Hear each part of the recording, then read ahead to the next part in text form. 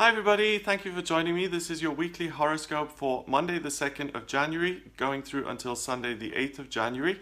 Happy New Year. I hope you're really excited about this new start. Now, before I look at the actual days here of the week, please remember that Mercury is still in retrograde. It's in Capricorn and it retrogrades back into Sagittarius on the 5th of January, which makes it overly optimistic. We're in the kind of age, or we're in the time of Capricorn here in January. It's about getting practical, it's about getting busy, looking at, the outside world if you're in the northern hemisphere, noticing that there's snow outside, that the house is cold, that you have to chop the wood, that you have to light the fire, that you have to work. If you want to be comfortable, you have to do something for it. That's what Capricorn is all about. Let's get grounded, let's get practical, let's stop whining about it and get on with it. Now, when the Mercury planet of communication and the way you think reverses back into Sagittarius, we're going back to Christmas. We're going back to, sparkling lights and really having hope and enthusiasm and being overly optimistic in a sense. And it doesn't fit with this time particularly. So we've got this 3-day period between the 5th and the 8th of January where you may be a little bit, wide-eyed and expecting of wonderful things. Keep it grounded, keep it practical. That's the best way forward, and that's the best way to manage this energy. Now, the good news is that the retrograde ends on Sunday the 8th. Mercury, especially in Capricorn, it rules the way things transport and the way things interact with each other and the way we talk to other people and the way tickets are printed, whether they have the right name on it or not.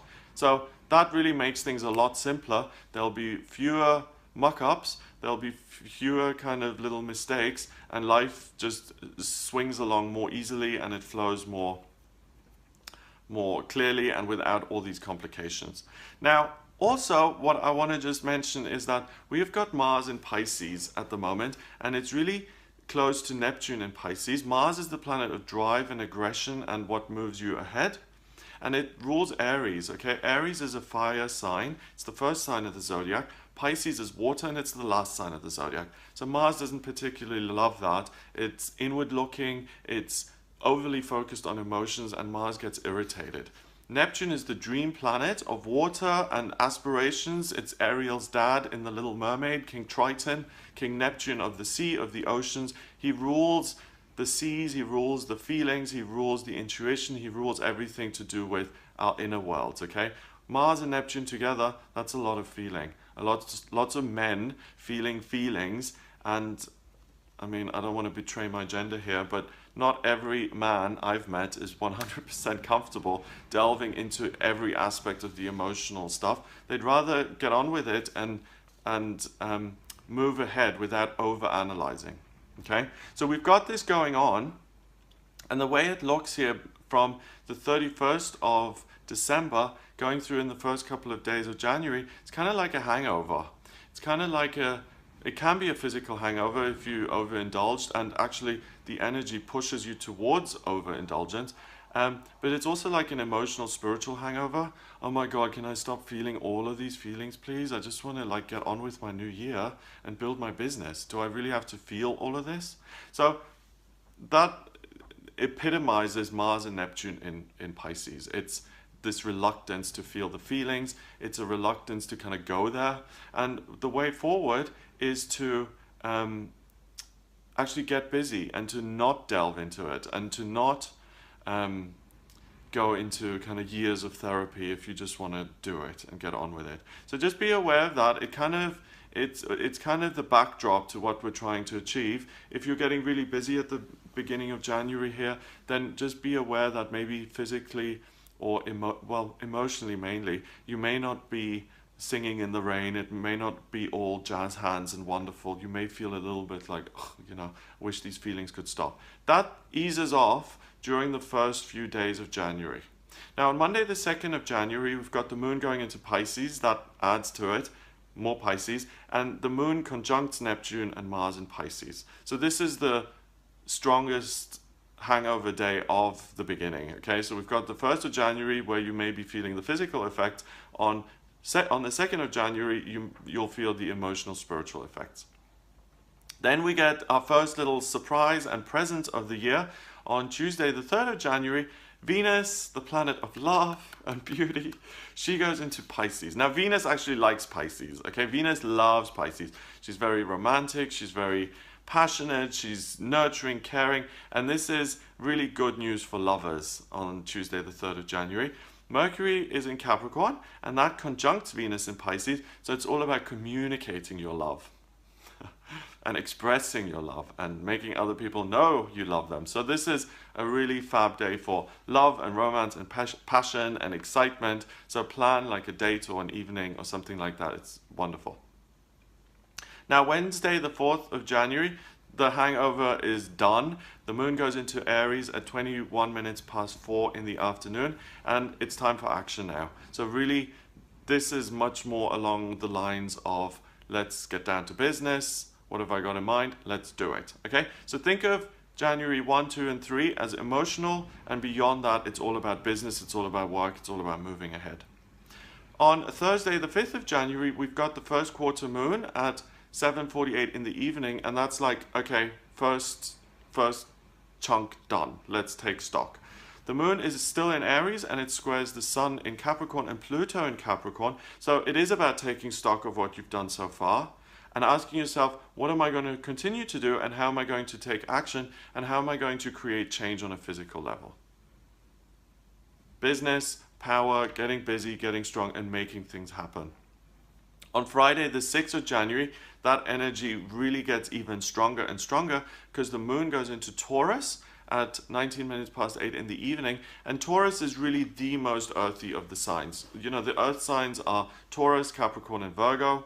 Capricorn is about work, Virgo is about sorting things out, Taurus is about really being in the body, feeling what is, creating luxurious, beautiful environments, feeling the body and getting in touch with things like romance and passion and feelings, sorting out business and finance, housing, the land, crystals, anything that has to do with earth, okay? So when the moon goes into Taurus, Taurus is like, doof, it hits the ground, okay? This moon in Taurus also then sextiles Venus in Pisces, so we're talking about love and romance again. Taurus can be very loving and very passionate and very focused on the physical connection between two people because it's ruled by Venus.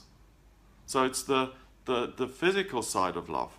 So there are two things here on Friday the 6th. Yes, you can roll up your sleeves and really get busy when it comes to work and sorting out your money and your business, but also it's another great day for love and romance and passion and really being with someone in a loving physical way.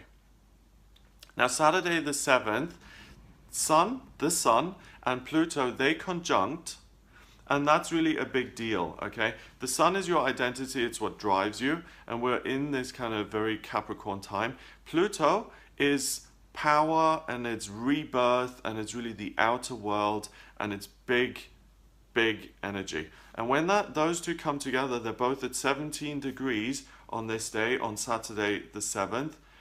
It's really like power conference day. It's like, how am I going to change the world? As Steve Jobs said, how am I going to create a dent or make a dent in the universe here?